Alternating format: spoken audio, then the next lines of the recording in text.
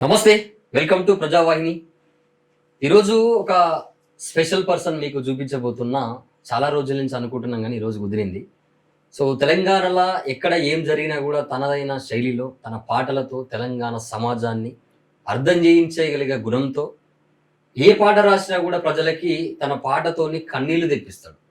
So అంత talent ఎట్లా వచ్చింది, ఎక్కడి నుంచి తీసుకున్నాడు, ఎవరి స్ఫూర్తి, తెలంగాణలో అసలు ఏం చేయడం కోసం పాటలు రాయాలనుకున్నాడు, అసలు ఏంది ఒకసారి అడిగే ప్రయత్నం చేద్దాం. నమస్తే సూర్య. నమస్తే. జై తెలంగాణ. జై తెలంగాణ. అంతా బాగేనా? అంతా మంచిగా. ఏంది నీ ప్రస్థానం, ఏంది, ఎందుకు పాటలు రాయాలనుకున్నావు, అసలు పాటలతోనే సమాజాన్ని ఏం చేయాలనుకున్నావు? గాయం అయితే గానం ఆటోమేటిక్ వస్తుంది అన్న. వ్యక్తిగతంగా నేను ఈ సిస్టమిక్ నెగ్లిజెన్స్ కి ఒక విక్టిమ్ని కాబట్టి ఓకే, నాకు జరిగినటువంటి నేను అనుభవించినటువంటి బాధ, ఒక సామాజిక స్పృహ ఉన్నవాడిగా, చదువుకున్నవాడిగా, నా చుట్టూ ఉన్నటువంటి సమాజం కానీ ప్రజలు కానీ ఎవరు కూడా అనుభవించకుండా దానికి మనం ఏం చేయగలుగుతాం, ఉన్నటువంటి ప్రతిభను ఏ రకంగా ఉపయోగించాలన్నటువంటి ఒక కాన్షియస్నెస్ తోటి ఆ ఆలోచన వచ్చిన తర్వాత, నాకు కొన్ని అనుభవాలు జరిగిన తర్వాత దాని యొక్క పరిణామం అనేది ఇక్కడ మేము కూడా కూర్చుని పెట్టింది. అంటే ఏంది అంటే చాలా మంది చాలా ఇంటర్వ్యూలలో కూడా పరిణామం జరిగే, అంటే బలమైన గాయం జరిగితేనే ఒక డెసిషన్ వస్తుంది ప్రతి మనిషికి. ఏం గాయం జరిగితే సూర్య బయటకు వచ్చింది, అదే పాట రూపకంగానే ఎందుకు వచ్చింది? అంటే మనం ఒక చెట్టును నరికేనంటే ఒక్క దెబ్బకు మనం దాన్ని పడగొట్టలేము. అవును. 4-5 సార్ల గొడ్డలతోటి నువ్వు కొట్టి కొట్టి కొట్టి దాని లోపల ఉన్న శక్తిని అంతా నాశనం చేసిన తర్వాత అప్పుడు ఇరిగి పడుతుంది ఆ చెట్టు. ఇక్కడ కూడా ఏంటంటే అనేక అనుభవాల యొక్క ఇంపాక్ట్, ప్రభావం నా జీవితంలో అది సంవత్సరాల వారిగా దశలు అనేవి ఉన్నాయి అందులో. దశల వారిగా జరిగేసరికి ఏంటంటే కోర్ వచ్చేసరికి ఒక రకంగా నాకు నేను వ్యక్తిగతంగా ఒక ఘర్షణ జరిగింది, అంతర్మదనం జరిగింది. జరిగిన తర్వాత అన్నింటినీ కూడా మనం లైట్ తీసుకునేటటువంటి ఒక మానసిక స్థితికి వచ్చిన తర్వాత అప్పటి నుంచి మనం పెరిగినటువంటి వాతావరణం కావచ్చు, నా చుట్టూ ఉన్నటువంటి ఫ్రెండ్స్ కావచ్చు, తెలంగాణ ఉద్యమం కావచ్చు, తెలంగాణ ఉద్యమం లోపల అప్పట్లో నేను పార్టిసిపేట్ చేసినటువంటి విధానం కావచ్చు. కాబట్టి చదువుకుంటున్నాం కాబట్టి మనం కొత్త కోణంలో కూడా ఆలోచించగలిగినాం. నా చుట్టూ ఉన్నటువంటి వాతావరణం కూడా అట్లా ఉండింది. కాబట్టి ఆ ప్రభావాల వల్ల, అనుభవాల వల్ల నా యొక్క ప్రయాణం అనేది వీడి వరకు అట్లా కొనసాగుతుంది. నీ ప్రయాణం స్టార్ట్ అవుతున్నప్పుడు ఎవరు స్ఫూర్తితోని పాట రాయాలనిపించింది? అంటే తెలంగాణలో చాలా మంది ఉద్యమకారులు తెలంగాణ రాష్ట్రం కోసం ఎంతో మంది అమరులయ్యారు. తెలంగాణ రాష్ట్రం కోసం ఎన్నో పాటలు, వేల పాటలు రాసిన, తెలంగాణలో జరుగుతున్నటువంటి అన్యాయాల మీద, అక్రమాల మీద చాలా పాటలు రాసిన వాళ్ళు ఉన్నారు. సో ఎవరు స్ఫూర్తి సూర్య తీసుకున్నాడు అంటే ఏం చెప్తాడు? మొట్టమొదటి స్ఫూర్తి తెలంగాణ అమరవీరులే.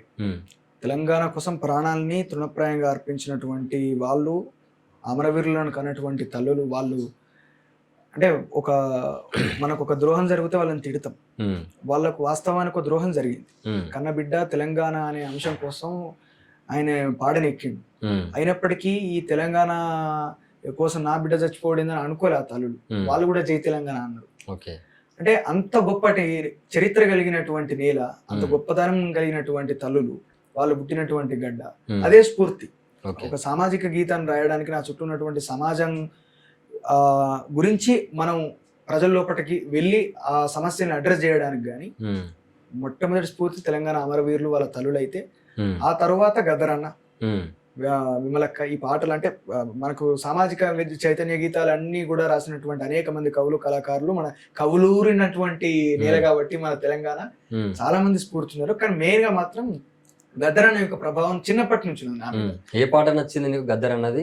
ఎంత స్ఫూర్తితో నచ్చింది? నాకు బాగా గద్దరన్నది ఇష్టమైనటువంటి పాట అమ్మా తెలంగాణమా కలికే కలగాణమా, అమ్మా తెలంగాణమా కలికే కలగాణమా, అమ్మ నీకు వందనాలమ్మో, కమ్మని ప్రేమానిదమ్మో, ఎటొల్లా మట్టి చిప్పవో, ఎటొల్లా మట్టి చిప్పవో, గాయిదోల్లా గాటగొడ్డలివి, అమ్మా తెలంగాణమా కలికే కలగాణమా, అమ్మా తెలంగాణమా కలికే కలగాణమా.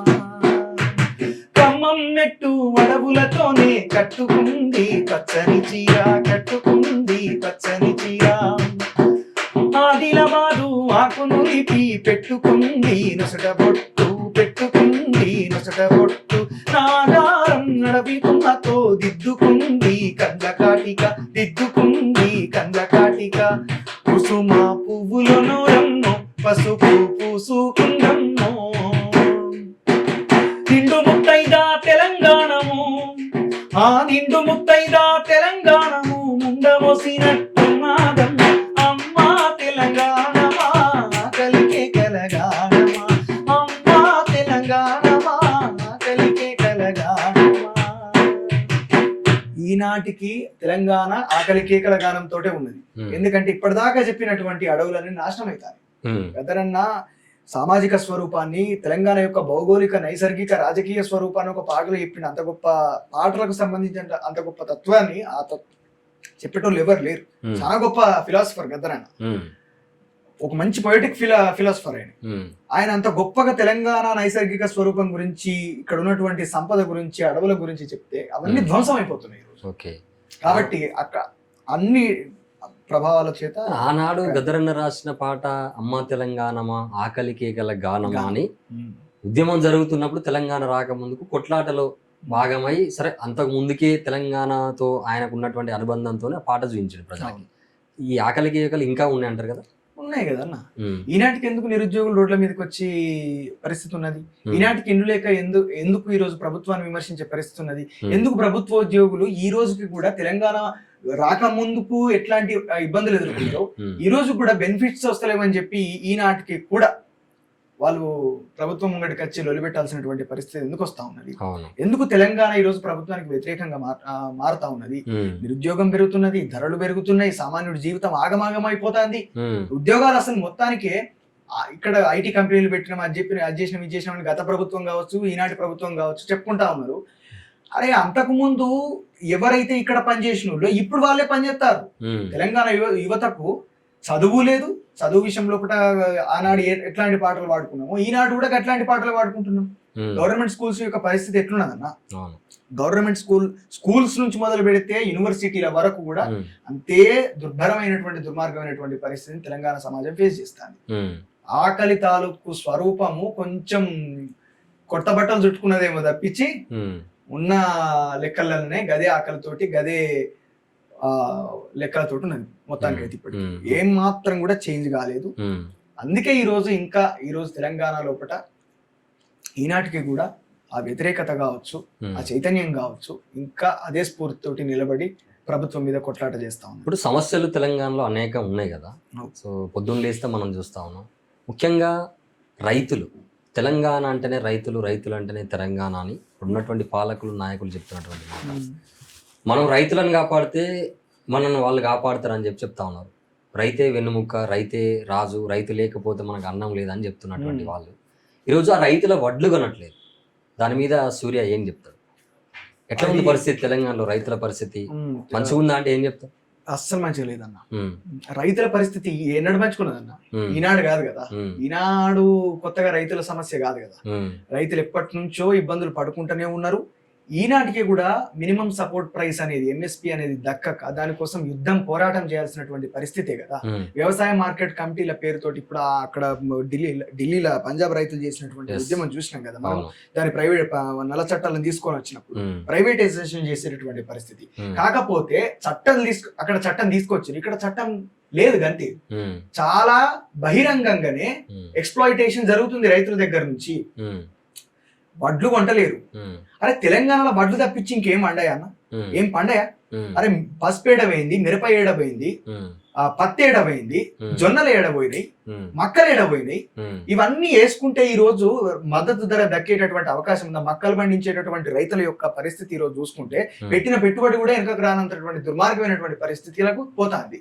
చెరుకు లేదన్న. చెరుకు అనేది అసలు ఇంతవరకు తెలంగాణ లోపల ఒక మండలంలో 4 ఊర్లలో చెరుకు పండించేటోళ్ళు మేము చూస్తే. చిన్నప్పుడు చెరుకు తోటలు మా ఊరెనక ఎక్లాస్పూర్ అని చెప్పని ఉంటుంది, పెద్ద చెరుకు తోట ఉండేది అక్కడ. ఈ రోజు అవి లేవు.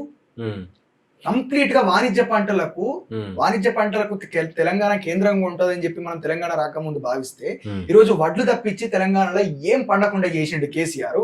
ఈ రోజు ఆ వడ్లను ఇప్పుడున్నటువంటి ప్రభుత్వం నెగ్లెక్ట్ చేసి కొట్టలేదు.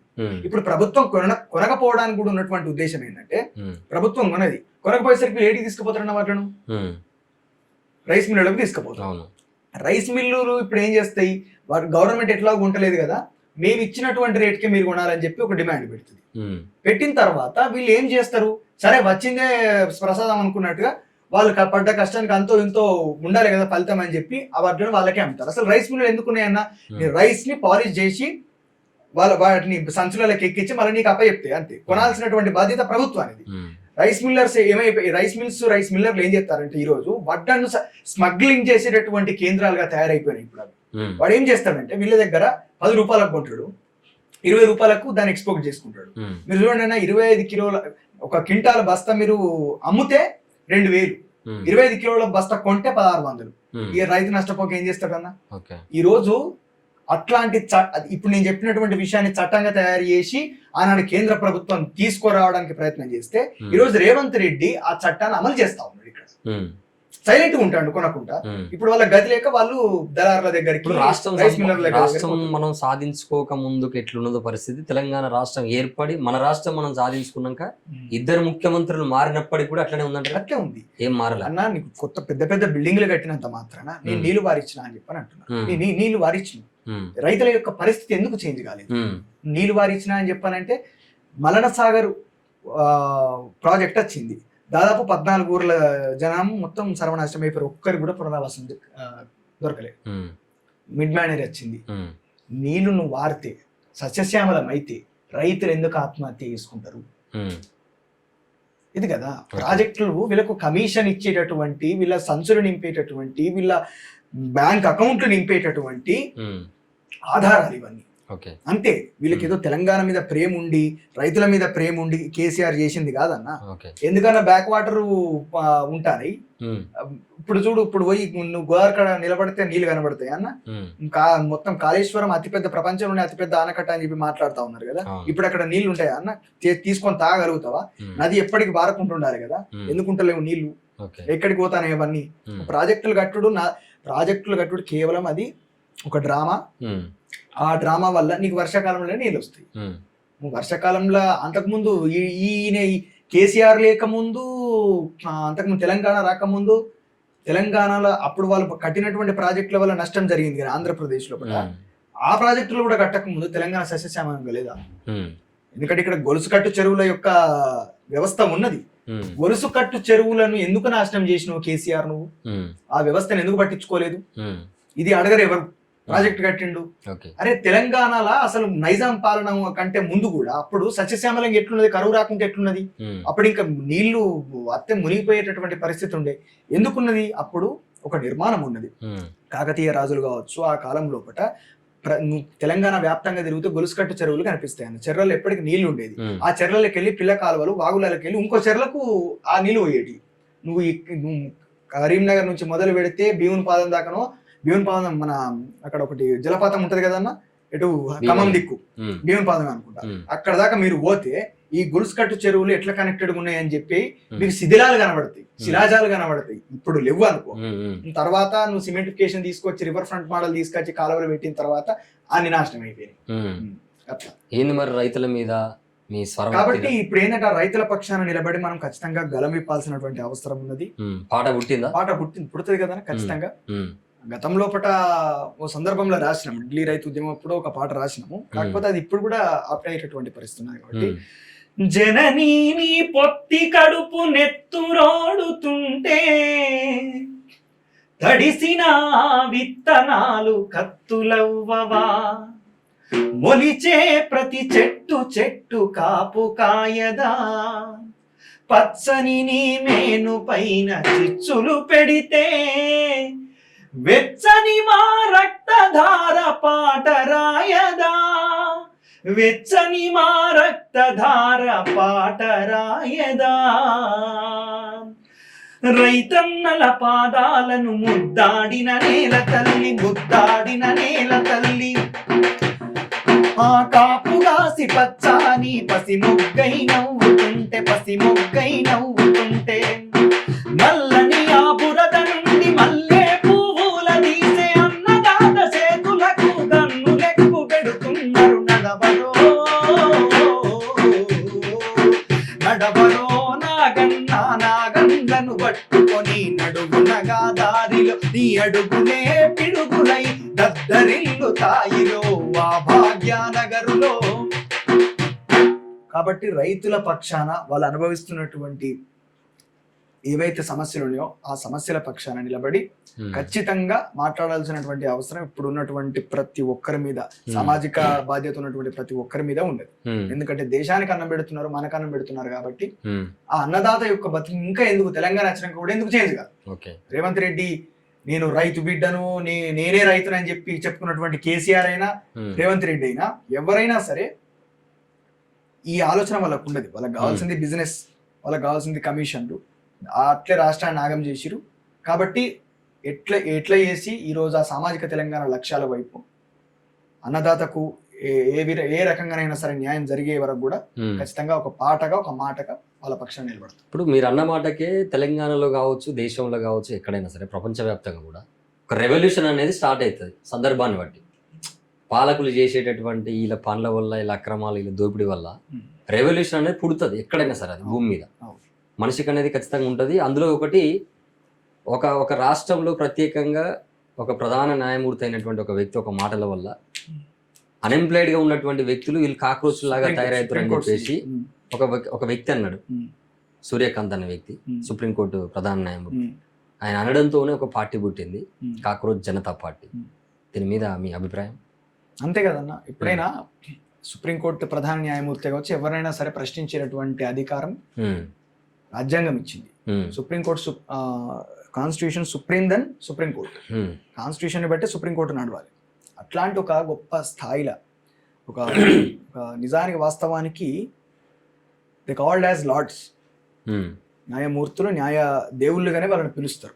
అట్లాంటి ఒక గౌరవప్రదమైనటువంటి గొప్ప స్థానంలో కూడా కూర్చొని ఆ వ్యక్తి ఈ మధ్య నిరుద్యోగ యువత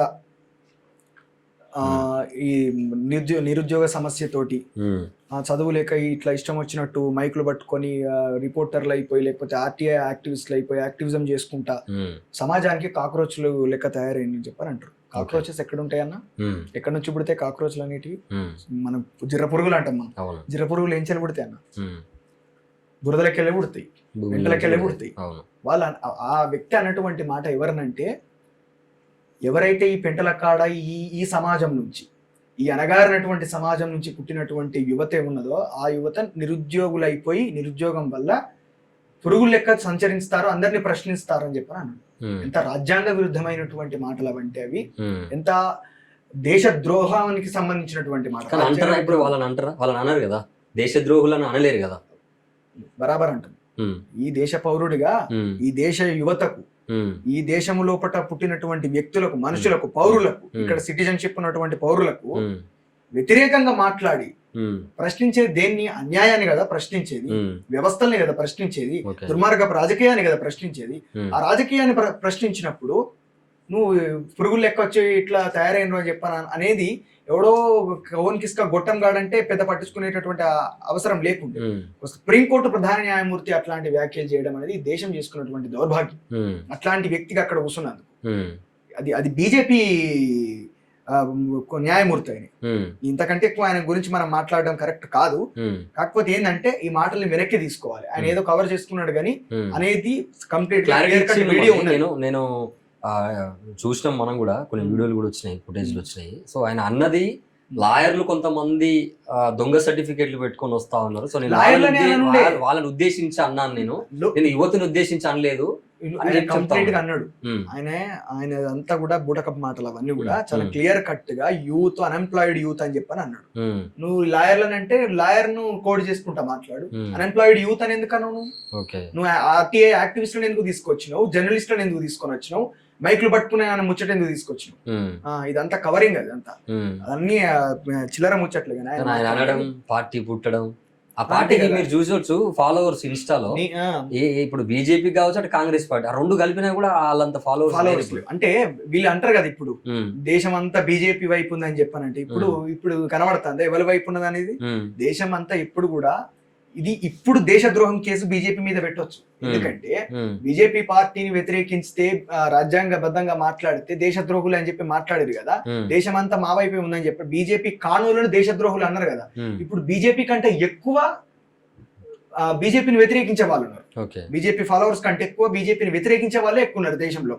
ఈ దెబ్బతో అర్థమైంది కదా. ఓకే. ఇప్పుడు ఎవరైతే కాన్స్టిట్యూషనల్ గా ఉన్నటువంటి వాళ్ళు ఉండో సెక్యులరిజం అనేది ఈ రోజు సెక్యులర్ కుక్కలని ఇష్టం వచ్చినట్టు ఎట్లా మాట్లాడుతున్నారు.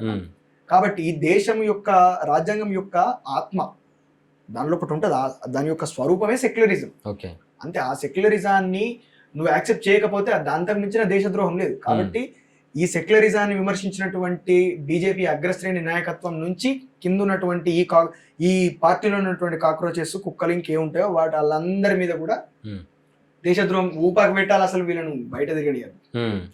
ఊపాకి పెట్టి ఈవెన్ సుప్రీంకోర్టు న్యాయమూర్తి మీద కూడా పెట్టచ్చు. ఎందుకంటే రాజ్యాంగ విరుద్ధంగా మాట్లాడి రాజ్యాంగ విరుద్ధంగా స్వేచ్ఛ అందులో ఇచ్చినటువంటి హక్కు కదా. కాక్రోచ్ జనతా పార్టీ పుట్టడం కరెక్టే అంటారు. కరెక్టే. కరెక్ట్ కదా. ఈ దేశంలో ఎవరు పడితే వాళ్ళు పార్టీలు పెడతారు. ఈ బీజేపీ పార్టీ పెట్టింది నరేంద్ర మోడీ నాయకుడు అవుతాడు. అట్లాంటి వాళ్ళు అయినప్పుడు ఒక యువత చదువుకున్నటువంటి యువత పార్టీ పెట్టద్దా? నెగలనిస్తారంటారా? ఇప్పుడు ఏం జరుగుతుంది? ఇప్పుడు ఏం డ్యామేజ్ జరిగింది? నెగలనివ్వకపోవడం అనేది ఉండదన్నా.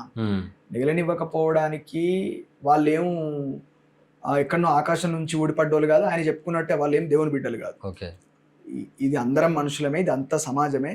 సమాజం ఏంటంటే తనకు డ్యామేజ్ అయ్యేంత వరకు నీది దాకా వచ్చేదాకా నీ సమస్య కాదు కదా. ఇప్పుడే అంటే మన దాకా వచ్చేదాకానే మన దాకా వచ్చినప్పుడే మన సమస్య అవుతుంది. కాబట్టి ఇప్పుడు వస్తున్నది. ఇప్పుడు రేట్లు పెరుగుతా అంటే కొన్ని రోజులలో చూడ ఆర్థిక వ్యవస్థ అతలాకుతలం అయిపోయి భారతదేశం యొక్క పరిస్థితి ఎంత అగమ్య గోచరం అవుతుందో. నేను మొన్న కూడా ఈ విషయాన్ని ప్రస్తావించినప్పుడు ఏం జరుగుతుంది అంతగానం అని చెప్పని అనుకున్నారు. మెల్లమెల్లగా చూడండి, ఇప్పటికే 3 సార్లు డీజిల్ పెట్రోల్ రేట్లు పెరిగాయి. నిత్యావసర వస్తువుల ధరలు ఇంకా పెరుగుతాయి. సామాన్యుడి జీవితం నువ్వు ధర ఎంత పెరిగితే ఆదాయం అంత ఉండాలి. పెంచుతారా? ఏం పెంచుతలేరు. కాబట్టి డెఫినెట్ గా ఆ ప్రజల వైపు నుంచే పెద్ద దెబ్బ ఆ పార్టీకి కానీ ఆర్థిక వ్యవస్థ మీద వాళ్ళు కొడుతున్నటువంటి దెబ్బ కానీ అన్ని కూడా ఒక విప్లవాన్ని ఖచ్చితంగా మళ్ళీ భారతదేశంలో తీసుకొని వస్తాయి. ఓకే. ఇప్పుడు బండి భగీరథ అనే వ్యక్తి, బండి సంజయ్ కొడుకు చేసినటువంటి ఏదైతే పని ఉన్నదో ఒక మైనర్ బాలికని అట్లా చేయడం అనేది సమాజం మొత్తం కూడా చూసింది, దేశం ప్రపంచం కూడా చూసింది. ఇక్కడ మెయిన్ పాయింట్ ఏంటంటే ఉన్నోడికి ఒక న్యాయం, లేనోడికి ఒక న్యాయం. అధికారం ఉన్నోళ్ళకు అధికార బలం ఉంటే ఒక న్యాయం, అధికారం అండ ఏది లేకుంటే ఒక సామాజిక ఒక బిజినెస్ మ్యాన్ అయినా సరే వాళ్ళకు న్యాయం అన్యాయం అనేది ఉన్నోనికి లేనోనికి జరుగుతుందనే మీరు భావిస్తున్నారా? ఇప్పుడు పిచ్చాసుపత్రి నుండి ఒక మెంటల్ సర్టిఫికెట్ ఉన్నటువంటి వ్యక్తికి ఎమ్మెల్యే టికెట్ ఇవ్వకూడదు. బాలకృష్ణకు పిచ్చున్నది అని చెప్పి ఒక సర్టిఫికెట్ ఉన్నది. కాకర్ల సుబ్బారావు అనుకుంటా, ఆయన అఫీషియల్ గా సర్టిఫై చేసిండు వీడు పిచ్చోడు అని చెప్పి. ఆ పిచ్చోని తీసుకొని పోయి అసెంబ్లీలో కూర్చోబెట్టిండు రాజ్యాంగ విరుద్ధంగా. దాన్ని ఎవడు అడగలే. అదే బాలకృష్ణ కాల్పులు జరిగితే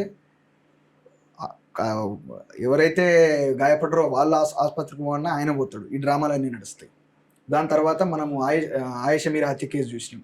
అక్కడ కూడా ఒక పెద్ద తలకాయకు సంబంధించినటువంటి ఒక కొడుకు ఇది చేసిన అన్నటువంటి ఆరోపణలు వచ్చినాయి. ఆ తర్వాత ఒక హీరోయిన్ ఉండే, ఆమె పేరు ప్రత్యూష హీరోయిన్. ఆమె కేసులో ఒక పెద్ద తెలంగాణ ఉన్నటువంటి ఒక బడా లీడర్ యొక్క పేరు వచ్చింది. తర్వాత గద్దరన్న మీద కాల్పులు జరిగినాయి గతంలో. బెలీలల్ తక్కనైతే 18 ముక్కలు చేసి చంపేసి చేసింది ఎవరు? అందరికి ఇరికే పట్టుకున్నారు. వాళ్ళను ఏమైనా చేసిరా? చంద్రబాబును చంపేసిన వివరాలు తెలుస్తాయి, వాళ్ళ శిక్షలు పడతాయి. రాజీవ్ గాంధీని, ఇందిరాగాంధీని చంపేసిన వాళ్ళకు తెలుస్తుంది, వాళ్ళకి శిక్షలు పడతాయి. మరి వీళ్ళ మీద జరిగినటువంటి దాడులు కావచ్చు, ఈ హత్యల మీద కావచ్చు, ఈ కొడుకులు చేసేటటువంటి లెక్కలకు ఎవడన్నా శిక్ష విధించిండా? కనీసం ప్రశ్నించిర్రా? జరగదు. ఈరోజు బండి సంజయ్ అంశం కూడా, అతని యొక్క కుమారుడు పుత్రరత్నం యొక్క అంశం కూడా అట్లాంటిది. ఇటువంటి ఇంకా గట్టిగా జరుగుతాయి కావచ్చు. రేపు ఇంకో పార్టీ నాయకుడు కొడుకు, ఇంకో పార్టీ నాయకుడి కొడుకు ఎవడైతే ఏందన్నా చట్టం అందరికీ సమానం కాదని చెప్పి రేవంత్ రెడ్డి చాలా క్లియర్ కట్ గా చెప్తాను. ఎందుకంటే లొంగిపోమ్మని ఒక రోజు అంటాడు, అరెస్ట్ చేసిన అని చెప్పి తెల్లారి అలా అక్కడ ఒక ఛానల్ పెట్టింది కదా, ఆ డిబేట్ లా చెప్పి మాట్లాడే. అంటే వాళ్ళు ఎంత బహిరంగంగా మేమంతా ఒకటే అని చెప్పి ప్రవర్తిస్తారని చెప్పి దిశా నిందితులను దొరకబట్టి ఎన్కౌంటర్ చేస్తారు. కనీస విచారణ జరపాలి కదా, వాస్తవమా కాదా తెలియాలి కదా. ఎట్లా మీరు ఇన్స్టంట్ జస్టిస్ ఎట్లా చేసిర్రు? దానికి సంబంధించి ఇంతవరకు ఎంక్వైరీ ఉన్నది, సిట్ ఉన్నది, ఏమైంది? ఏమైనా విషయం బయటికి తెలిసిందనా? ఏం కాలేదు. కాబట్టి ఏంటంటే ప్రజలే ప్రశ్నించాలి.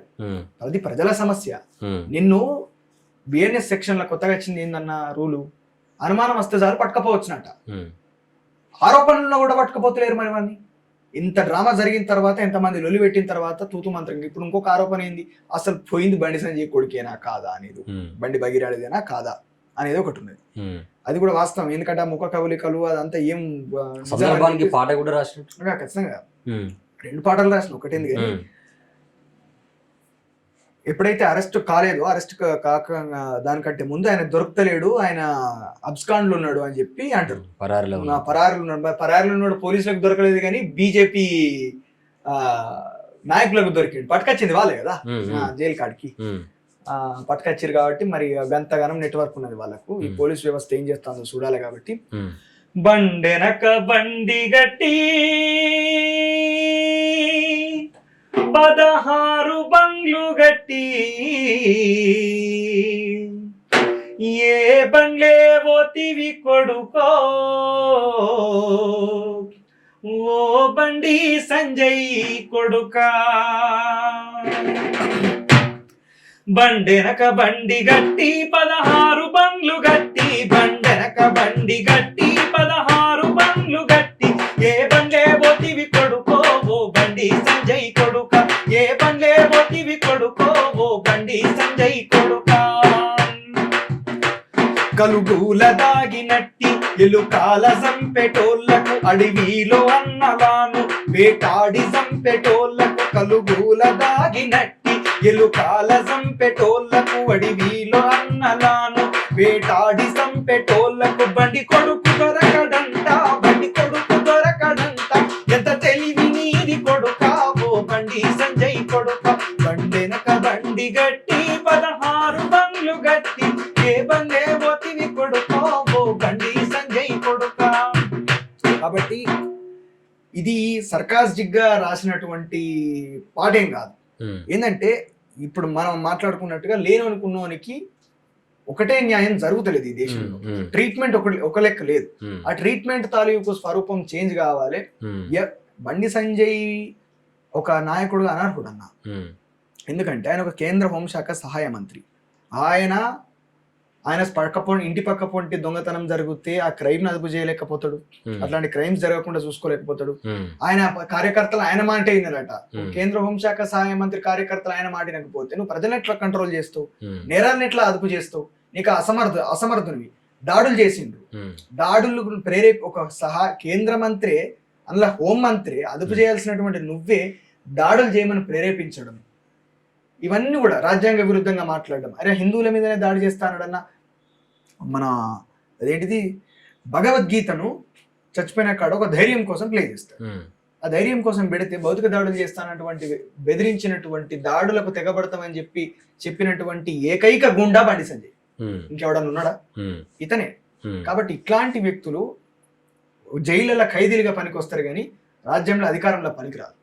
కాబట్టి అది అందరికీ ఒకటే సమన్వయం జరగాలి. ఇట్లాంటి కొడుకులు తెలంగాణలో ఒకటి ఉండడం అనేది కూడా చాలా ప్రమాదం తెలంగాణకు. కాబట్టి లేనోనికి చట్టమాయ ఉన్నోనికి చుట్టమాయ రక్షించే పోలీసుల భక్షక భటులైపోయే, రక్షించే పోలీసుల భక్షక భటులైపోయే, గులాబునెదిరించే నేల గుండాల రాజ్యమాయే, రేపిస్టుల సేవలలో ముఖ్యమంత్రి మునిగిపోయే, రేపిస్టుల సేవలలో ముఖ్యమంత్రి మునిగిపోయే, దొరబలుపు అందమాయ గడిపాలన చందమాయ, కాపల కుక్క మీడియ ఒడిలో కుక్కయ్యిపాయ, రగలవే తెలంగాణమా అరగవే పోరు కెరటమా, 60 ఏళ్ళ ఆకలి పోరాటమే వ్యర్థమా, తగలబడిన వీరుల త్యాగాలన్నీ దగ్ధమా, రగలవే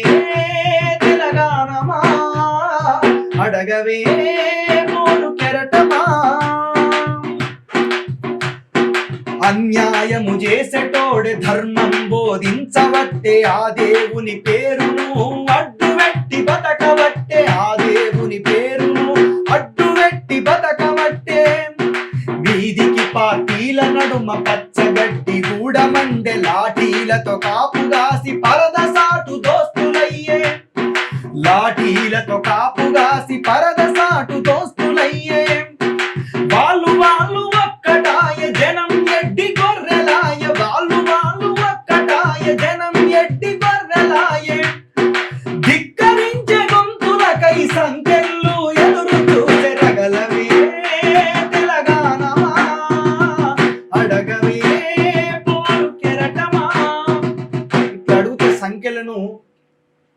ముంగట పెట్టి అవి మన కోసం ఎదురు చూస్తే పరిస్థితికి లా అండ్ ఆర్డర్ ని తీసుకొని వచ్చింది రేవంత్ రెడ్డి, కేసీఆర్ ఈ రాష్ట్రంలో.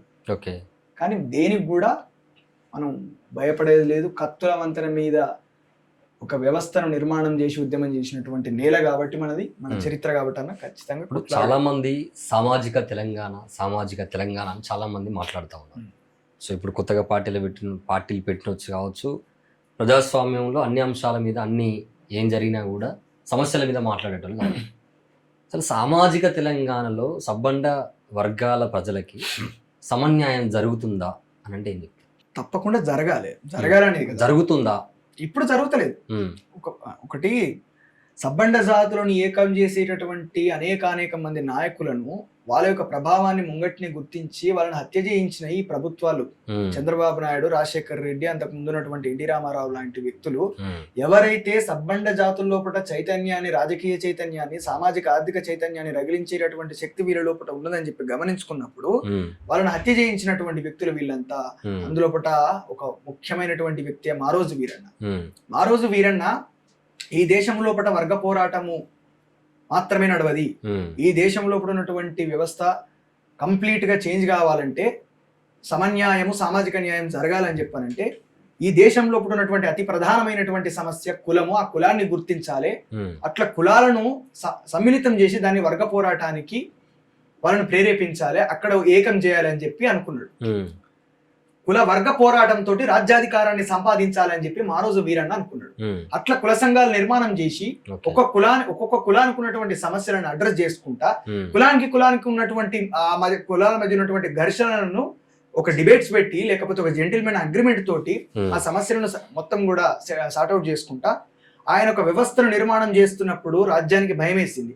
ఏదైతే భూస్వామ్య ఆధిపత్య పెట్టుబడిదారి భావజాలం ఉన్నటువంటి అగ్రవర్ణ పార్టీలు ఏవైతే ఉన్నాయో, ఆ పార్టీల నాయకులు ఎవరైతే ఉన్నారో ఈ సబ్బండ జాతుల యొక్క చైతన్యాన్ని గమనించి, అమ్మో ఈ వ్యక్తులు ఇట్లాంటి మనుషులు బతికి ఉంటే ఎప్పటికైనా రాజ్యాధికారం వీళ్ళ చేతులకు పోతుంది, మన చేతుల నుంచి ఈ చైతన్యం రానియకుండా చేయాలని చెప్పి చంపేసిండు. అట్లా ఈ రోజుకు అప్పుడు మనుషులను చంపితే ఈ రోజు మానసికంగా చంపుతున్నారు. అంటే నీకు ఒక మతమో కులమో ట్యాగం తగిలించి నిన్ను మానసికంగా దోపిడీ చేసి ఎక్స్ప్లాయిట్ చేసిన తర్వాత కంప్లీట్ గా నువ్వు డిస్ట్రాక్ట్ అయిపోతావు అన్న వ్యవస్థ. ఇప్పుడు కులము అనే భావం లేనోనికి మతాన్ని తీసుకొచ్చి ముంగడ పెడితే ఇప్పుడు ఏమంటారు, హిందువులంతా బంధువులం, గంగా సింధు బిందువులం అని చెప్పి మాట్లాడుతారు. గడప లోపల కులము, గడప దాటితే అందరం భారతీయులం అని చెప్పని అంటారు.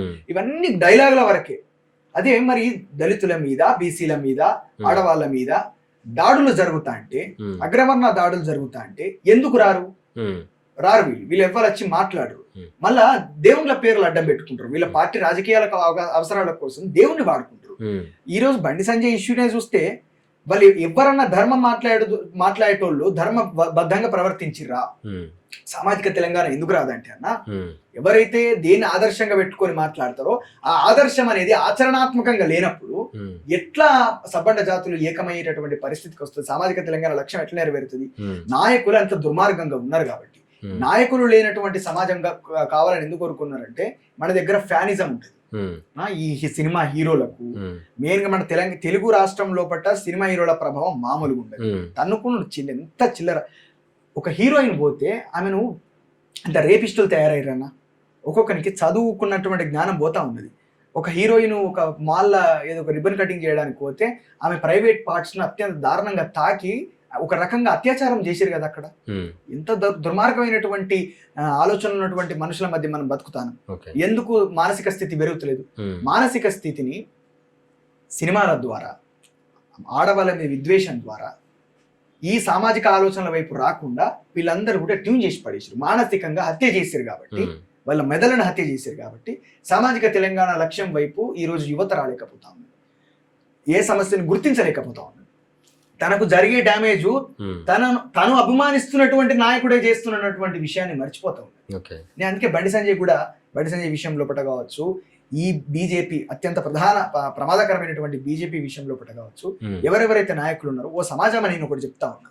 ఏ నాయకుడు అయితే మీరు అభిమానించేటువంటి మీ నాయకుడు రాముని పేరు చెప్పిండు కదా, రాముని ఆదర్శాలను వల్లేస్తాడు కదా, ఆ రాముని ఆదర్శాన్ని ఎక్కడైనా పాటించిండా? తెల్లవారితే చక్రవర్తి అయి రాజ్యము లేలే రామయ్య, తండ్రి మాటకై పదవిని బదలి అడవులకే గెనయా, మహిళ జనులను కావగ వచ్చిన మహావిష్ణు అవతారమయ, ఆలిని రక్కసుడపహరించితే ఆక్రోశించనయా,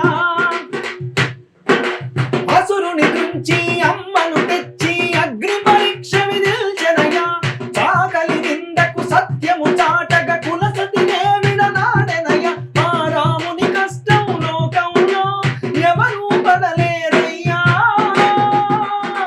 సత్యము ధర్మము త్యాగంలో అతనికి సరిలేరయ్యా, కరుణా హృదయుడు శరణను వారికి అభయమొసగునయ్యా, అందరి బంధువయ్యా భద్రాచల రామయ్యా, ఆదుకునే ప్రభువయ్యా అయోధ్య రామయ్యా. అంత గొప్పగా వర్ణించుకున్నాం కదా రామచంద్రుడిని. ఆ రాముడు ఈ పాటలు ఎంత గొప్పగా చెప్పారు. తండ్రి మాటకై పదవిని వదిలి అడవులకే గెనయ. పదవి కోసం నువ్వు ఇంత దుర్మార్గమైనటువంటి ఇష్యూని కూడా రాజకీయం చేసుకుంటావు, రాజకీయ లబ్ధి పొందాలని చూస్తున్నావు అని తప్పించి, మరి నిజంగా ఆదర్శాన్ని పాటించేటటువంటి వ్యక్తివైతే ఈ తప్పుకు నిలబడి నన్ను ప్రజలు క్షమించాలి, తెలంగాణ సమాజం క్షమించాలని చెప్పి నువ్వు ఒక గొప్ప బాధ్యత కలిగినటువంటి నాయకుడిగా ప్రవర్తించినవా? రాముడు పాటించినటువంటి ఆదర్శంలో ఒక 1% అన్నా వీడు పాటించిండా? లేదు. నేను పత్తిత్తనని చెప్పుకుంటాను కదా, సీతమ్మ లెక్క నువ్వు అగ్ని పరీక్షను నిలుసావు, నువ్వు రాముడు ఆదర్శం చెప్తున్నావు కదా, మరి ప్రజలకు నేను తరతరాలకు ఆదర్శంగా ఉండాలని చెప్పి ఆయన మనసు ఒప్పుకోకుండా ఆయన పనిచేసిండు, ఆయన ఏడ్చుకుంటేనే ఆ పని చేసిండు. నువ్వు ముందరిగా చేడతాను కదా, అగ్ని పరీక్ష ఎందుకు విధిస్తలేవు? నీకు నీ కడప అంటకు విధించాలి కదా. మంచోడైతే ఏం కాలకుండా బయటకు వస్తాడు. నువ్వు రాముని గురించి మాట్లాడుతున్నావు అని చెప్తాను. నింద పడితే చాలు సొంత భార్యన ఆయన అడవులకు పంపించు. ఇప్పుడు కేవలం తెలంగాణ రాష్ట్రంలో ఉన్నటువంటి మీలాంటి వాళ్ళు కావచ్చు, తెలంగాణ రాష్ట్రంలో అనేక సమస్యల మీద కొట్లాడేటోళ్ళు ఎందుకు బండి సంజయ్ కొడుకు చేస్తే ఇంత టార్గెట్ చేసి దాన్ని పెద్ద రాజకీయం చేసి మీ అకౌంట్ లో వేసుకునే ప్రయత్నాలు చేస్తురా అని చెప్పేసి కొంతమంది కూడా అంటా ఉన్నారు. దానికి ఏం సమాధానం? అకౌంట్ లో ఏం పడతాయి అకౌంట్ ఎందుకు బండి సంజయ్ కొడుకు ఇంత టార్గెట్ చేయాల్సిన అంత అవసరం ఉంది? టార్గెట్ చేయాల్సిన ఇప్పుడు అటువైపు ఉన్నది పేద వర్గం కూడా కాదు కదా, అటువైపు ఉన్నటువంటి అని చెప్పేసి కొంతమంది అంటా ఉన్నారు. సో వాళ్ళు వచ్చి అడుగుతలేరు, వీళ్ళు ఫైట్ చేస్తా ఉన్నారు. సో అక్కడ బాధితులు బయటికి వస్తలేరు ప్రత్యక్షంగా అని చెప్పి కొంతమంది అంటున్నారు. సో ఇప్పుడు దీన్ని రాజకీయంగానే చూస్తా ఉన్నారు అని ఒక ప్రధానమైనటువంటి చర్చ జరుగుతుంది బయట. ఇప్పుడు ఇవాళ బండి సంజయ్ కొడుకు, రేపు ఇంకోరు పెద్ద పెద్ద నాయకుల బడా నాయకుల యొక్క పుత్రరత్నాలు లేకపోతే వాళ్ళే కావచ్చు, నాయకులే కావచ్చు, ఇష్టం వచ్చినట్టు అట్రాసిటీస్ చేసుకుంటా పోతా అంటే వాళ్ళ మీద కేసులు కావు, వాళ్ళని అరెస్ట్ చేయరు. అరే చిన్నగా ఎవరన్నా ప్రశ్నించినా, చిన్న ధర్నా చేసినా, లేకపోతే నాకు అన్యాయం, నువ్వు ఈ విషయం అడుగుతాను నన్ను, వాస్తవమే ఒక వ్యక్తికి అన్యాయం జరిగి పోలీస్ స్టేషన్ లో కేసు పెట్టమని చెప్పి పోతే, అదే సల్లూరు మహేష్ కేసులో కావచ్చు, ఎవరెవరైతే అగ్రవర్ణాల దాడిలో చనిపోయిన వాళ్ళు కావచ్చు, లేకపోతే ఏ కేసు అయినా సరే పోలీసులు పోయిన ఎంబటే కంప్లైంట్ తీసుకునే పరిస్థితి ఉందా అన్న? ఈ రోజు నా మీద అత్యాచారం జరిగిందని చెప్పి ఒక మహిళ పోయి కేసు పెడితే తీసుకునేటట్టున్నారా? ఈ రోజు నా భర్త నన్ను కొట్టిండని చెప్పి ఈ రోజు ఎవరైనా మహిళ పోయి కేసు పెడితే, మొన్న ఒక ఇష్యూ కూడా జరిగి ఉండే, మేము కూడా అక్కడికి పోయినాం. మేము ఇంతగానో పోర్ట్రేట్ చేస్తున్నాం అని చెప్పారంటే, న్యాయం చేయడానికి వ్యవస్థలు ముందుకు వచ్చినప్పుడు, పేదోనికి పెద్దోనికి సమన్యాయం జరిగినప్పుడు ఇల్లు వెళ్ళి కొట్లాట ఎందుకు జరుగుతుంది? ఏ పోలీసులు పోయి కొట్లాట వ్యవస్థ మీద చేయాలి కదా, కొట్లాట వ్యవస్థ మీద చేయాలి, ప్రభుత్వం చేయాలి. టార్గెట్ వాళ్ళే అన్నట్టుగా మాట్లాడుతున్నారు. పాకిస్తాన్ లో ఉన్నాడా? భారతదేశంలో వ్యవస్థలనే ఉన్నాడు కదా. మరి ఆయన కేంద్ర మంత్రి తెలుసు కదా, కేంద్ర మంత్రిని ఆ స్థాయిలో మనం ఎంత చేసినా కూడా జరగాల్సినటువంటి న్యాయమే జరుగుతుంది అని చెప్పేసి తెలుసు కదా అందరికి.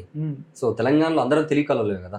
సో బండి సంజయ్ చేస్తున్నటువంటి అలా కొడుకు చేస్తున్నటువంటి పనిలో ఒక కేంద్ర మంత్రి ఉన్నటువంటి ఆయనను టచ్ చేసినా కూడా ఏం న్యాయం జరగాలని అదే జరుగుతుందని తెలుసు కదా. అయినా కూడా ఎందుకు అనేది జరగద్దనే చెప్తాను. అట్లా జరగద్దు. టచ్ చేస్తే ఏం జరుగుతుందో తెలుసు అంటే ప్రయత్నం చేయాలి కదా. నువ్వు శిక్ష పడతదా పడదా, న్యాయపరమైనటువంటి విచారణ జరుగుతుంది, అది అప్పటి వరకు చూద్దాం. కాకపోతే ప్రొసీజర్ ప్రకారం నువ్వు ఏం లేనోనికి సామాన్యునికి ఎట్లాంటి శిక్ష విధిస్తున్నావు? పోక్సో కేసులో అదే వారం లోపల సంగారెడ్డి జిల్లాలో ఒక వ్యక్తి మీద పోక్సో యాక్ట్ పెట్టిరు, ఒక కానిస్టేబుల్ మీద పోక్సో యాక్ట్ పెట్టిరు, అవును, పెళ్లి 20 ఏళ్ల జైలు శిక్ష పడ్డది. అవును 24 గంటలలో వ్యక్తిని దొరకబట్టిరు, శిక్ష విధించారు. ఉమ్, మరి ఇదే ముచ్చట బండి సంజయ్ విషయంలో ఎందుకు రిపీట్ కాదు? ఉమ్, నువ్వు దీని గురించి కూడా ప్రశ్నించాలి కదా. మరి ఉమ్, ఇక్కడ నేను అడిగేది టార్గెట్ చేసిన అంటే కేంద్ర హోంశాఖ సహాయ మంత్రి అన్న ఉమ్, దేశానికి, కేంద్ర హోంశాఖ అంటే భారతదేశం మొత్తం లోపల ఇట్లాంటి నేరాలు అదుపు చేయాల్సినటువంటి ఒక వ్యక్తి యొక్క కొడుకే ఇంత దుర్మార్గమైనటువంటి పరిస్థితిని తీసుకొచ్చినప్పుడు ఆయన వ్యక్తిగతంగా భగీరథ్ మీద ఎట్లాంటి విద్వేషం లేదు. ఉమ్, ఏంటంటే సామాన్యునికి వచ్చేసరికేమో నీకు 24 గంటలలో ఇన్స్టెంట్ గా జరిగిపోతుంది. అరే ఒక మొన్న కర్ల రాజేష్ను లాకప్ డెత్ ఎవరు వచ్చిర్రు, ఎవరు ప్రశ్నించిర్రు? మరి ఉమ్, మరి అది ఎందుకు హైలైట్ అయితే లేదు? అందరం మాట్లాడినాం కదా అది. ఉమ్, అక్కడ ఎందుకు ఈ మాట నువ్వు ప్రశ్నిస్తావా? ఇట్లా మరి అక్కడ కర్ల రాజేష్ శిష్యుల ఎట్లా చంపేసిర్రు? ఉమ్, కేసు పెట్టిర్రా? ఎంత మొత్తుకుంటే ఒక ఎస్సీ కమిషన్ వచ్చి అక్కడ కూర్చుండి పెద్ద యుద్ధం చేస్తే ఉమ్, గప్పుడు సస్పెన్షన్ వేసిరు వాళ్ళు. ఉమ్, ఓకే ఎంత యుద్ధం చేయాల్సినటువంటి అవసరం ఏంది న్యాయం కోసము? ఉమ్, ఈ న్యాయమా ఈజీగా దొరికేటట్లేదు, పైసలు పెట్టని దొరికేటట్లేదు. ఎట్లా బతకాలి సామాన్యుడు? ఇప్పుడు ప్రజలకు తెలవాలని నేను మిమ్మల్ని అడిగిన క్వశ్చన్ కూడా ఏందనంటే, ఇప్పుడు మీరు ప్రశ్నిస్తారా అని మీరు అన్నారు కదా, ప్రశ్నిస్తున్నాం కాబట్టి మిమ్మల్ని ఇప్పుడు ప్రజలు ఏమనుకుంటున్నారు చూసేవాళ్ళు మీరు నన్ను కూడా, అడిగినట్టే నేను మిమ్మల్ని అడిగాను. ప్రజల్ని కూడా ఏం ఆలోచిస్తున్నారంటే, ఎందుకు ఒకటే టార్గెట్ చేస్తున్నారు అంటే, అనేక అంశాల మీద కూడా ఫైట్ చేస్తున్న వాళ్ళే ఈరోజు ఉన్నోనుకో న్యాయము, ఉన్నోనికి ఒకటి లేనోనికి ఒకటి. ఆయన అన్నాడు కదా, చట్టం ఎవరికి చుట్టం కాదని చెప్పేసి అన్నాడు కదా. సో ఆ చట్టం ఈ రోజు ఉన్నోడికి చుట్టమైనట్టే కనబడ్డది అని చెప్పేసి క్లియర్ గా తెల్లమైంది. సో అది ప్రజల ముందర పెట్టే ప్రయత్నంలో భాగమే. ఎగ్జాక్ట్లీ మీ వర్షన్ నాకు అర్థమైంది. నేను కూడా అదే ఎక్స్ప్లెయిన్ చేసిన. ఇప్పుడు ఏంటంటే ఓకే, అందరికీ సమన్యాయం జరగాలి. బండి సంజయ్ చాలా గొప్పగా పోక్సో యాక్ట్ గురించి చెప్పిండు. ఓకే, మరి చెప్పినప్పుడు ఆయనే అట్లాంటి విషయాన్ని ఎదుర్కొన్నప్పుడు డెఫినెట్ గా ఆయన బాధ్యత వహించాలి కదా. ఉన్నటువంటి సరే చాలా గొప్పగా కష్టపడి వచ్చిండు, ఒక సామాన్య కార్యకర్త నుంచి మొదలైతే ఆయన ఈ స్థాయికి రావడం చాలా గొప్ప విషయం. మహిళా నాయకత్వంగా కవిత ఒక పార్టీ పెట్టింది కదా. అవును, ఈ రాష్ట్రానికి అసలు మహిళలకు నాయకత్వం ఇస్తలేరు, వీళ్ళని ఎక్కడ కూడా పట్టించుకోలేరు అని చెప్పేసి ఆమె కొత్త పార్టీ పెట్టింది. సో ఆమె మహిళలకు కోసమే మాట్లాడుతూ మహిళల్ని ముందుంచాలా, నాయకులుగా తయారు చేయాలంటున్నప్పుడు ఆమె నుంచి వెళ్ళి ఈ దాంట్లో మాట్లాడినట్టు ఏమైనా కనబడుతుందా? ఇప్పుడు ఆమె వచ్చే ఒకవేళ రాజకీయంగా సక్సెస్ అవుతుంది అంటారా? కాదు, ఏం చెప్తాడు? కాదు. ఇప్పుడు ఏదో నేను అందరు తిట్టినట్టు నేను తిట్ట కవిత ఎందుకు కాదంటే, ఆమె ఎన్ని ఆలోచనలు పెట్టుకొని, ఎంత దోపిడీ ఆలోచనలు పెట్టుకొని వచ్చిందంటే, ఆమె చాలా వెరీ పకడ్బందీగా ప్లాన్గా ఎందుకు వచ్చిందని చెప్పాలంటే, కవిత ఒక నాయకురాలు ఇప్పుడు కాదు కదా, ఈ రోజు కొత్తగా పార్టీ పెట్టి ఇప్పుడు అదేదో హీరో లెక్క, తమిళనాడులో హీరో లెక్క ఈనాడు పార్టీ పెట్టి వచ్చిన ఆమె కాదు కదా. ఇప్పటి నుంచో ఆమె ప్రభుత్వంలో కూడా పనిచేసింది గతం, వాళ్ళ నాయన ఉన్నప్పుడు, అంటే అధికారంలో ఉన్నప్పుడు వాళ్ళ నాయనతో కలిసి పనిచేసింది. ఆమె ఒకసారి ఎంపీ అయింది, తర్వాత ఎమ్మెల్సీ అయింది. ఆమె ఒక నాయకురాలుగా ఎప్పటి నుంచో ఉంది. నువ్వు ఎంపీగా ఎమ్మెల్సీగా ఉన్నప్పుడు ఏ మహిళా నాయకురాలని తయారు చేసినావు? సరే, నీకు అప్పుడు పార్టీ లేదు, జాగృతి అనే సంస్థ ఉన్నది కదా. జాగృతి అనే సంస్థలో అమ్మ కవితమ్మ నువ్వు అమ్మ అన్నావు కదా, ఎంతమంది బిడ్డలను తయారు చేసినావు తల్లి? నువ్వు ఎంతమంది కొడుకులా తయారు చేసినావు? నీ నాయకత్వాన్ని ఎక్కడ తయారు చేసినావు? జాగృతి అనే సంస్థ ఈనాటిది కాదు కదా, అప్పుడు ఎప్పుడో పుట్టింది కదా, 10-15 ఏళ్ల కిందట. 15 ఏళ్ళ ఎప్పుడు పుట్టింది జాగృతి? ఎప్పుడు పుట్టిందో నాకు ఐడియా లేదు, కాకపోతే చాలా సంవత్సరాల కింద పుట్టినప్పటి నుంచి ఇప్పటి వరకు చాలా సుదీర్ఘమైనటువంటి ప్రయాణం అని నువ్వే చెప్పుకుంటావు కదా. ఈ ప్రయాణం లోపల జాగృతి అనేది చాలా తెలంగాణ వ్యాప్తంగా చాలా పెద్ద సంస్థ అని చెప్పుకుంటావు కదా. ఈ పెద్ద సంస్థల జాగృతి అంటే కవిత గుర్తుకొస్తుంది, కవిత అంటే జాగృతి గుర్తుకొస్తుంది. కానీ జాగృతిలో కవిత కాక ఇంకొక పేరు చెప్పాను ఒకసారి. ఎట్లా సక్సెస్ అయితే అన్న కవిత? కవిత చాలా పకడ్బందీగా, చాలా దుర్మార్గమైనటువంటి ఆలోచన. ముఖ్యమంత్రి అంతే, రాజకీయ లబ్ధి. బీసీలకు అవకాశాలు ఇస్తా, నేను అందరికి అవకాశాలు ఇస్తా అని అంటుంది. మహిళలకు 70% వరకు. నువ్వు నేను ఆయన తోటి పార్టీ లోపల ఉన్నప్పుడు, టిఆర్ఎస్ పార్టీ లోపల, బిఆర్ఎస్ పార్టీ లోపల ఉన్నప్పుడు ఎవరికి అవకాశం ఇచ్చినావు? నువ్వు పార్టీ నుంచి బయటకు వచ్చిన తర్వాత పూలే గురించి, అంబేద్కర్ గురించి, సామాజిక న్యాయం, బీసీ అని చెప్పి మాట్లాడుతూ ఉన్నారు. అంతకు ముందు పార్టీ లోపల మీ వాయిస్ ఆ విధంగా ఎందుకు ఉపయోగించలేదు? ఎందుకు మాట్లాడలేదు? ఎందుకు అవకాశం ఇప్పించలేదు? అప్పుడు మీ నాయన తోటి నీకు చాలా గొప్ప సాన్నిధ్యం ఉందని చెప్పి అన్నావు కదా. ఎందుకు ఆ సాన్నిధ్యాన్ని వినియోగించుకొని సామాజిక న్యాయం వైపు అడుగులు ఎందుకు వేయలేదు? అప్పుడు ఏనా ఇప్పుడు ఎట్లా ఇస్తాయని చెప్పి ప్రజలు కూడా ఆలోచించాలి, ఆలోచిస్తున్నారు కూడా. కాబట్టి నాయకత్వం తయారు చేయడానికి ఆమె పెద్ద విషయం కాదు. జాగృతి సంస్థ నుండే నాయకులను తయారు చేయొచ్చు, కానీ చేయలేదంటే ఇప్పుడు వస్తున్నది అని చెప్పారంటే ఆమెకు వ్యక్తిగతంగా డ్యామేజ్ జరిగింది కాబట్టి, వాళ్ళ ఆస్తుల పంచాయతీ కాబట్టి, ఆమెకు దెబ్బ కలిగింది కాబట్టి ఆమె ఆమె ఒకవేళ కనుక ఉమ్, ఆమెకు ఇప్పుడు బీఆర్ఎస్ పార్టీ లోపల బీఆర్ఎస్ పార్టీ అధికారంలోకి వస్తుంటే మొన్నటి కిందటి ఎలక్షన్లల్లో కవిత పార్టీ పెట్టేదాన్ని. ఓకే మీ అంచనా ప్రకారం మీరు చెప్పండి. పెట్టకపో ఎందుకంటే ఆమెకి ఏదో ఇప్పుడు ఒక కేసీఆర్ పదవి నడిపిస్తున్నాడు నడిపిస్తున్నా. వెనక ఉండొచ్చు కేసీఆర్ ఉండొచ్చు. నడిపిస్తుండొచ్చు. ఉమ్, ఎందుకంటే అంటే మీరేమంటారు? అదే ఆయన కడుపు అంటే కదా ఆమె కూడా ఉమ్, కేసీఆర్. నేను అనుకునేది నేను ఎందుకు అనుకుంటాను, నాకు ఏం అవసరం, నాకు కవితతో అవసరం లేదు, కేసీఆర్ తోటి అవసరం లేదు. ఎందుకంటే వాళ్ళ వ్యవస్థ మునిగిపోయింది, ముగిసిపోయింది. సమాజంలో తిరుగుతురు కదా, అన్ని అంశాల మీద మాట్లాడుతున్నారు కాబట్టి ఒక అంచనా ఉంటది కదా. అంచనా ప్రకారం ఏంటంటే ఆ పార్టీ మర్చిపోవడం చాలా ఉత్తమం. ఎందుకంటే ఇన్ని సమస్యలు జరుగుతాయి, నువ్వు బతికే ఉన్నావు, గొప్ప నాయకుడు అని చెప్పి చెప్పుకుంటావు, జాతిపిత అని చెప్పి చెప్పుకుంటున్నావు, కనీసం ఆ చెప్పుకుంటున్నటువంటి మాటలకు తగ్గట్టన్నా ప్రవర్తించాలి కదా కేసీఆర్. ఎందుకు బయటకు వస్తలేవు? ఎందుకు వ్యవస్థ లోపల ఉన్నట్టు జరుగుతున్నటువంటి లోపాలను కనీసం ప్రతిపక్ష పాత్రను ఎందుకు పోషిస్తలేవు? అహంకారపూరితంగా ప్రవర్తించడం నీ కొడుకు తప్పించి కేటీఆర్ సమస్యలను అడ్రస్ చేసే విధానం లోపల అంత విఫలమే కదా. ఆర్టీసీ కార్మికుల విషయం లోపల మీ యొక్క స్టాండ్ ఏమైపోయింది, వెలుగుమట్ల లోపల మీ స్టాండ్ ఏమైపోయింది, ఈ హైడ్రా జరుగుతా అంటే నీ స్టాండ్ ఏమైంది, నీ వాయిస్ ఏది? నువ్వు అక్కడ వచ్చి కేసీఆర్ అనేటువంటి నిజంగా హైడ్రా బాధితుల పక్షాన వచ్చి అక్కడ నిలబడి ఉంటే, జగన్మోహన్ రెడ్డిని చూసి ఒకసారి నువ్వు గుర్తు తెచ్చుకో. జగన్మోహన్ రెడ్డి యొక్క రాజకీయ విధానం ఎట్లుంటుందని చెప్పి నేను ఇప్పుడే అంత క్లారిటీతో చెప్పలేను, కానీ ఆయన గొప్ప ప్రతిపక్ష పాత్ర పోషిస్తా ఉన్నాడు. ఆయన ముఖ్యమంత్రి పీఠం దిగిన నెక్స్ట్ డే నుండి ఆయన ప్రతి అంశంలో కూడా ప్రభుత్వాన్ని ప్రశ్నిస్తా ఉన్నాడు, ప్రజల వైపు నిలబడతా ఉన్నాడు, రైతుల దగ్గర పోతా ఉన్నాడు, సమస్యల దగ్గర పోతా ఉన్నాడు. ఆయన పాత్ర ఆయన పోషిస్తా ఉన్నాడు. ఆ పాత్ర నువ్వు ఎందుకు పోషిస్తలేవు? ఒక నాయకుడు ఉండవలసినటువంటి లక్షణాలు నీ పార్టీలో ఎవరికి లేవా? ఎవరు ఒక్క ఎమ్మెల్యే కనబడతాడా? బీఆర్ఎస్ కి సంబంధించినటువంటి ఎమ్మెల్యే సమస్యల కాడ కనబడతాడా? ఉండి మాట్లాడతాడా? అప్పుడు గదే అహంకారం, ఇప్పుడు గదే అహంకారం ప్రదర్శించుడు ప్రయత్నాలు చేస్తారు కదా, మళ్ళీ అధికారంలోకి రావడానికి ప్రయత్నమే తప్పించి ప్రజల ఆకాంక్షలు నెరవేర్చే ప్రయత్నం లేదు కదా. లేనప్పుడు మీరేం పార్టీ మీరేం నాయకులు అని అంటున్నారు. కాబట్టి ఆ పార్టీని కానీ ఇప్పుడు అంచనా ఏం లేదు. కేసీఆర్ ఇచ్చిన బాణమే అనుకుందాం, ఆయన తోటి ఊరు కాలేదు, పీరు లేదు. పక్కా చాలా పెద్ద మాట అంటున్నావు. అంతే, పెద్ద మాట అనే పోతున్నావు. పెద్ద మాట ఏందన్నా, ఉన్నమాట పెద్ద మాట కాదు, అది వాస్తవమైనటువంటి విషయము. ఆమె తోటి ఏం కాదు. ఎందుకంటే నాయకత్వం మీద తయారు చేయదలుచుకుంటే ఎప్పుడో తయారు చేయాలి. ఈ మాటలు తెలంగాణ సమాజం వింటది కాబట్టి చెప్తా ఉన్నా. నాయకత్వం తయారు చేసేది ఉంటే జాగృతి సంస్థను ఏర్పాటు చేసినప్పటి నుండి ఆమె నాయకత్వం తయారు చేయాలి. ఈ రోజు కవితను కాదని ఇంకొక లీడర్ నన్ను చూపెట్టుకుని పేరు, కనీసం పేరు, అందరూ ప్యాకేజ్ తీసుకొని కూర్చున్న వాళ్ళే అందరూ. ఓకే, ఇప్పుడు వెలుగుమట్ల సంబంధించినటువంటి ఏదైతే బుధాన భూముల సమస్య ఉన్నదో దాని మీద ఒక పాట కూడా రాశారు. సో అది అద్భుతంగా ఉన్నది. అదొకసారి ఎందుకు రాయాల్సి వచ్చింది, ఏం బాధ అనిపించింది అసలు? బాధ అంటే ఎంత దుర్మార్గం అన్నా, ఎక్కడ ఒక్కటి రెండు జేసీబీలు మాట్లాడితే ఫోన్లు వచ్చినాయి ఆ పాట రాయండి. నాకు ఇంతవరకు ఎటువంటి ఏమన్నా ఓకే నాకు ఎటువంటి బెదిరింపులు రావాల్సినటువంటి అవసరం. ఎందుకంటే నేను ఒక పార్టీ తరపున నిలబడి ఇంకో పార్టీని తిడతలేను. నేను ప్రజల వైపున నిలబడి ఉన్న పార్టీలు ఏ పార్టీతో నాకు సంబంధం లేదు, అన్ని పార్టీలు శత్రువులుగానే భావిస్తాను సైద్ధాంతికంగా. వ్యక్తిగతంగా నాతో నాకు రేవంత్ రెడ్డిని పార్లమెంటు లోపల నువ్వు కమ్జోర్ హిందీలో మాట్లాడు, నీకు అదే కమ్జోర్ హిందీలో నీకు సమాధానం చెప్తా అని చెప్పి నిర్మలా సీతారామన్ అవమానించినప్పుడు నేను రేవంత్ రెడ్డి వైపు నా తెలంగాణ ఎంపీని, ప్రస్తుత ముఖ్యమంత్రిని నువ్వు ఎట్లా ఆ విధంగా అవమానించి మాట్లాడినామని చెప్పి రియాక్ట్ అయ్యాను. కాబట్టి వ్యక్తిగతమైనటువంటి ద్వేషము ఉంటే చంద్రబాబు మీద ఉంటది. ఈ తెలంగాణ లోపల నేను నాగలలో నెత్తురు వారిచ్చినటువంటి దుర్మార్గుడు కాబట్టి వాని మీద ఉంటుంది తప్పించి ఏ నాయకుని మీద కూడా వ్యక్తిగత విద్వేషం లేదు. కాకపోతే వాళ్ళు అనుసరించేటటువంటి విధానాల మీదనే మనకు కోపం ఉంటుంది. ఆ లెక్కలలో చూసుకుంటా ఈ 2-3 జేసీబీలు పెట్టి కూల్చేస్తే, ఇప్పుడు మెయిన్ రోడ్కున్నది జాగా, ఇది దీన్ని కబ్జా పెట్టానంటే అక్కడ ఉన్నటువంటి వాళ్ళను వెకేట్ చేయించాలి కదా. సో దాన్ని నమ్మించడానికి కలెక్టర్ తోటి కలిసి నాటకం ఆడి ఖమ్మం లోపల ఉన్నటువంటి జేసీబీలు అన్నిటిని ఏకకాలంలో విలిపించి కూలగొట్టించి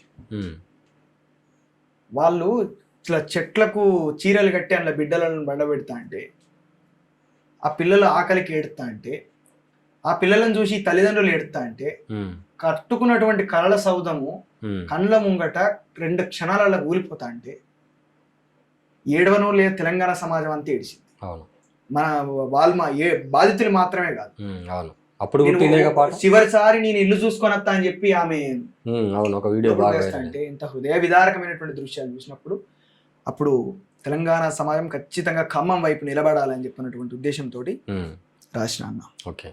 కన్నీరు పెడుతుంది ఖమ్మం మెట్టు కదలి రండనో అన్నా కదలి రండనో, భూదాను భూముల పేదల గుండెలు అరుస్తున్నాయో మనల పిలుస్తున్నాయో కన్నీరు పెడుతుంది ఖమ్మం మెట్టు కదలి రండనో అన్నా కదలి రండనో భూదాను భూముల పేదల గుండెలు అరుస్తున్నాయో మనల పిలుస్తున్నాయో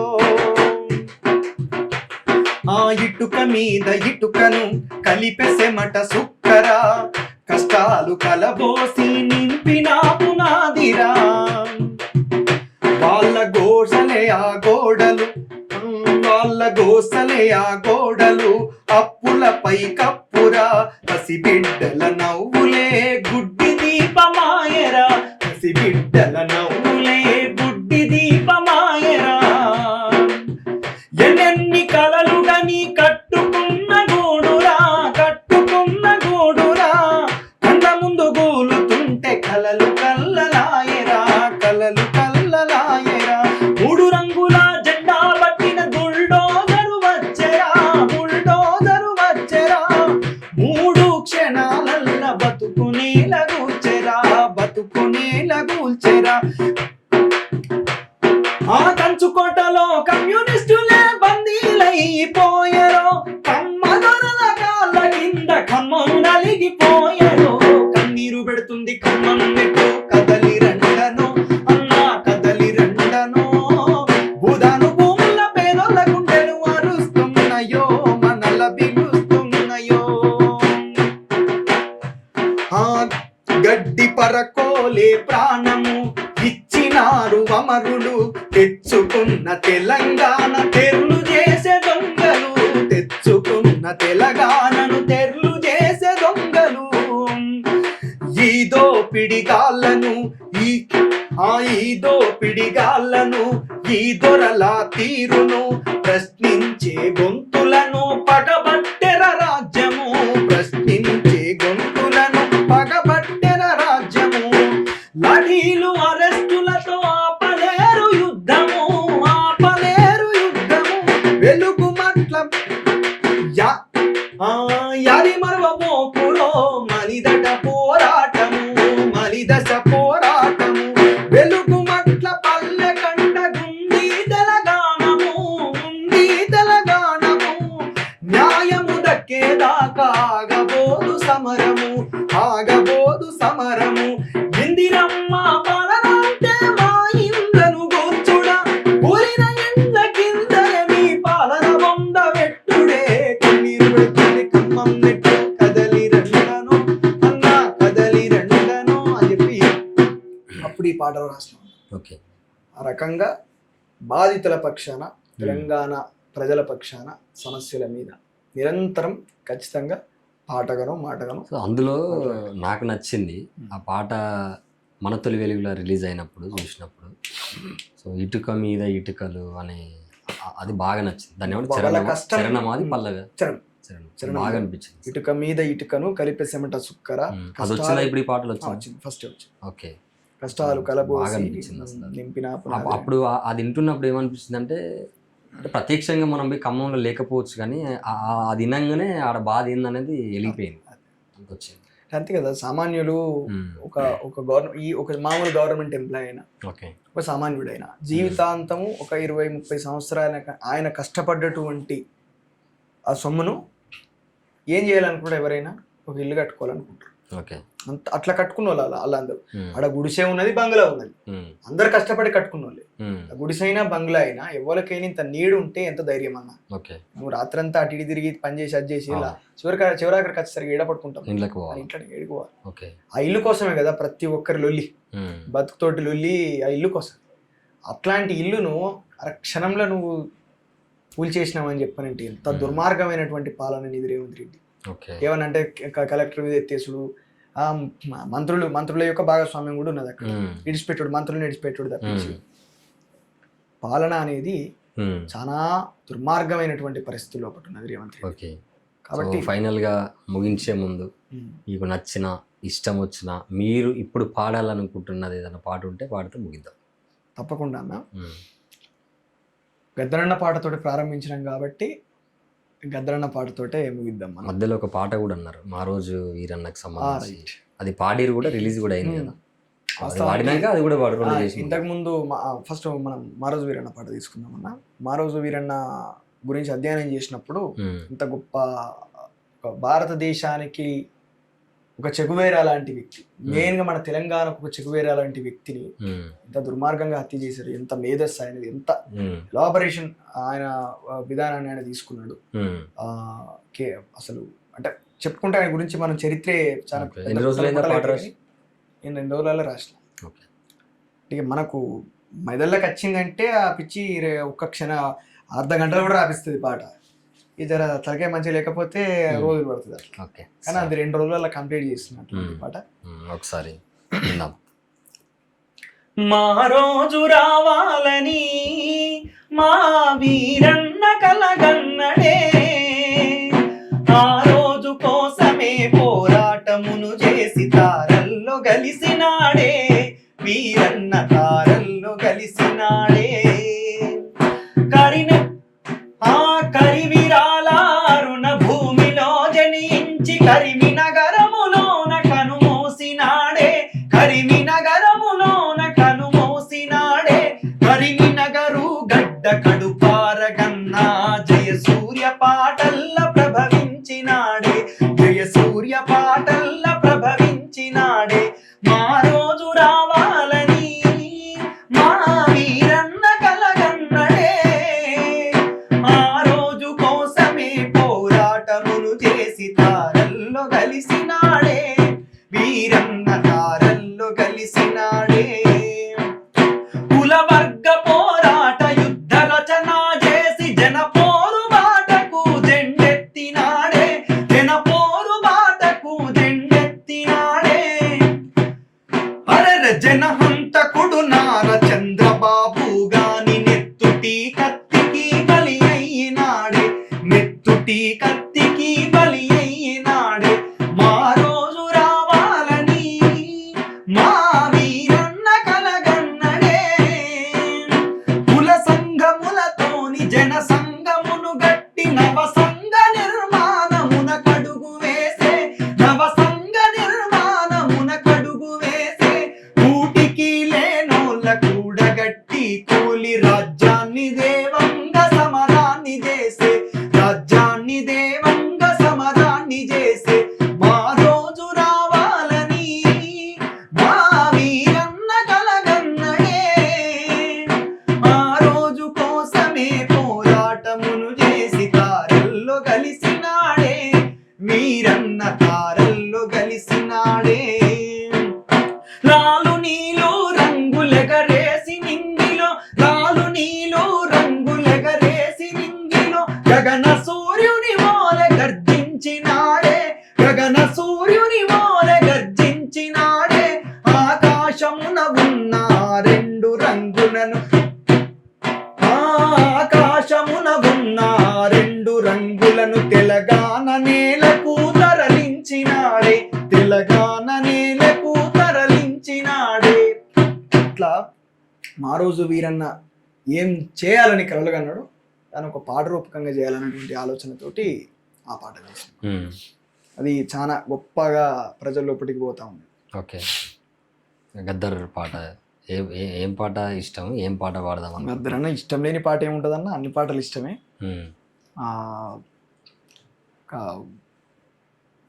బాగా చిన్నప్పుడు ఈ 2 పాటలు బాగినాయి. ఒకటి ఏంటంటే కయ్యం పెట్టిందిరో కలరు టీవీ ఇంట్లోకొచ్చి, దయ్యం పట్టిందిరో నా పెండ్లం పోరలకు. కయ్యం పెట్టిందిరో కలరు టీవీ ఇంట్లోకొచ్చి, దయ్యం పట్టిందిరో నా పెండ్లం పోరలకు. ఆ కలరు టీవీ చూసుకుంట కోస్తుంది కూరగాయ కొత్తిమీరు కల్య, మాకు ఎప్పుడెట్లా నేరుస్తుంది, ఎప్పుడెట్లా నేరుస్తుంది. ఆ క్రికెట్టు సాటు చూసి కిల కిల కిల నవ్వుతుంది, ఉలిగడ్డ ఇసిరేసి క్యాచ్ క్యాచ్ అంటుంది. కయ్యం పెట్టిందియో కలరు టీవీ ఇంతకొచ్చి, దయ్యం పట్టిందియో నా పెండం పోరలకు. ఇదొకటైతే గద్దరన్న మీద కాల్పులు జరిగినటువంటి కొన్ని రోజులకే ఆయన ఢిల్లీలో ట్రీట్మెంట్ తీసుకొని రిటర్న్ అవుతుంటా, ఆయన మీద 6 తూటాలు వేల్చినప్పటికీ కూడా మళ్ళా తెలంగాణ రాగం ఎత్తుకుంటా, మళ్ళా ప్రజల పాట ఎత్తుకుంటా అన్న విధంగా ఆయన మీ కన్నీటి పాటనై వస్తున్నాను అనుకుంటా. నన్ను గన్న తల్లులార తెలుగు తల్లి పల్లెలార, నన్ను గన్న తల్లులార తెలుగు తల్లి పల్లెలార, పాటనై వస్తున్నానమ్మో మాయమ్మాలార, పాదాలకు వందనాలమ్మో మాయమ్మాలార. నన్ను గన్న తల్లులార తెలుగు తల్లి పల్లెలార, నన్ను గన్న తల్లులార తెలుగు తల్లి పల్లెలార. జజ్జన్ కజన్ అని జనం పాట పాడుతాను, జనం పాట పాడుతాను, రేల రే రే అని రేలా పాట పాడుతాను, రేలా పాట పాడుతాను. పాటల్లో పదమునవుతనో మాయమ్మాలార, పాదాలకు గజ్జెనవుతనో మాయమ్మాలార. నన్ను గన్న తల్లులార తెలుగు తల్లి పల్లెలార, నీ పాటనై వస్తున్నానమ్మో మాయమ్మాలార, పాదాలకు వందనాలమ్మో మాయమ్మాలార. నన్ను గన్న తల్లులార తెలుగు తల్లి పల్లెలార. పెద్దరన్న పాటలన్నీ కూడా ఇట్లా ఇనుకుంటా పెరిగినామన్న. ఆ రకంగా అన్న బాటలో నడుస్తాను ఇప్పుడు ఇక. ఓకే. సో పాట ప్రశ్న, పాటతోటి ప్రశ్న. ఏం చదువుకున్నారు మీరు? డిగ్రీ తోటి ఆపేసిన. అంటే డిగ్రీ తర్వాత నా ఆర్థిక పరిస్థితి చాలా దుర్మార్గమైనటువంటి స్థితిలోకి పోయింది కాబట్టి పని మీద పడ్డా అప్పటి నుంచి. ఓకే. ఇక ఆ పనే కంటిన్యూ అవుతాను. అంటే పాటలు రాస్తూ చేస్తూ ఇదే కొనసాగుతూనే ఉంటుందా? సాగుతూనే ఉంటుంది. ఏ సమస్య వచ్చినా? ఏ సమస్య మీద ఖచ్చితంగా పాట రాస్తే ప్రజల పక్షం నిలబడి సమస్యలన్నీ నేను ఎదుర్కొన్న సమస్యలు కాబట్టి రాస్తాను. Okay. So thank you so much thank you అన్న. ఇంటర్వ్యూ ఈరోజు పిలవచ్చినందుకు. ఇది జయసూర్య, సనత్ జయసూర్యతోని స్పెషల్ ఇంటర్వ్యూ. సో సమాజానికి ఇట్లాంటి ఈ వయసులో కూడా, సో చిన్న వయసు అయినప్పటికీ కూడా ప్రజల పక్షాన నిలబడి ప్రభుత్వాలు పాలకులు చేస్తున్నటువంటి వాళ్ళ వైఫల్యాలని ఎండగడుతూ పాట రూపంలో సమాజానికి వస్తున్నటువంటి ఇటువంటి వాళ్ళకు నేను చెప్పిన మొన్న కూడా అనేక ఇంటర్వ్యూలు కూడా చెప్తున్నా, మన ఛానల్ వేదిక, మన మీడియా వేదిక వాళ్ళకి అవకాశాలు ఇస్తూనే ఉంటుంది, ప్రజలకు చూపిస్తూనే ఉంటుంది. సో మరొకరితో మీ ముందుకు వస్తా, చూస్తూనే ఉండండి ప్రజావాహిని తెలంగాణ.